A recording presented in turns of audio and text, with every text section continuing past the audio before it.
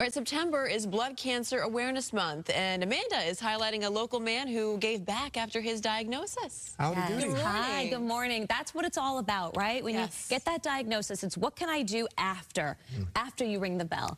And today I want to highlight a fellow lymphoma survivor, aka a lymphomie, whose business has given back to cancer charities over the years. But once he was diagnosed, he personally donated over $200,000 to the hospitals that saved his life so he could continue to be fab, fit, and fun.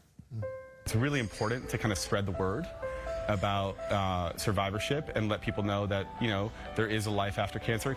A cancer diagnosis does not define you, but what you do and how you help others after that diagnosis defines you in a way that can only be described as heroic. It's a way to pay it forward, helping warriors become survivors, which is exactly what FabFitFun's leading fella, Daniel Bruchim, has done. So first, let's begin with a cheers. Cheers.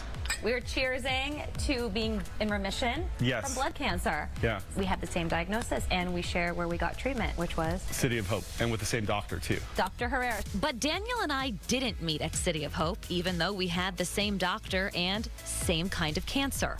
Social media connected us, and that is how I learned the ways Daniel gave back to the same place that saved his life. In 2020, I was diagnosed with lymphoma, and I had intense stomach pain that took me to the hospital. I'm Persian and Jewish and grew up in LA, and you know, even though it was very, very tough, I never felt alone during the entire process, and I thought that was one of the most important things to really help me deal with it both mentally and physically. I like to call my parents superheroes. Some people don't, you know, think that superheroes exist. I believe they do because I've seen them firsthand. But one of the things that is really important about my culture is there's a real community. And speaking of community, Daniel wanted to thank the community of healthcare heroes who helped him every step of the way. FabFitFun has given back to the community. Tell me about some of the causes that FabFitFun has helped FabFit fund. Yeah, so we've donated several $1 million over the course of our history. The Susan G. Komen Foundation, City of Hope, which was the hospital where I was treated. But after treatment, Daniel went into his own pocket to give back even more. It just felt like the right thing to do in the moment, especially because I feel like I received so much from Dr. Herrera,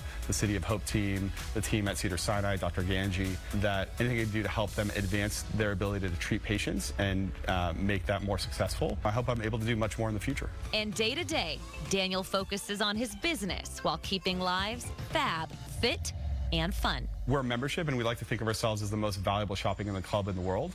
As part of that, you get a seasonal curated box. You're paying $60 a season, but you're guaranteed over $200 in full-size beauty, health, wellness, fitness, home products. They're usually things that can really, help you elevate whatever part of your life. A healthy person wants all these things, but a person who doesn't have their health only wants one thing. He's so right. Yeah. You know? A healthy person has a list of all these things they want, but an unhealthy person just wants that one thing. For more information on the hospital that saved us both, you can go to cityofhope.org. And for more info on his company, go to fabfitfun.com. It's nice to support a company that gives back. Knowing that they are giving back to cancer charities makes me want to support a lot more businesses that are out there. I have to give a shout out to his parents. My photog and I showed up to their home because we wanted a nice, intimate conversation. Right, a of personal course, topic. on their turf, yeah. Exactly. And his parents were so hospitable.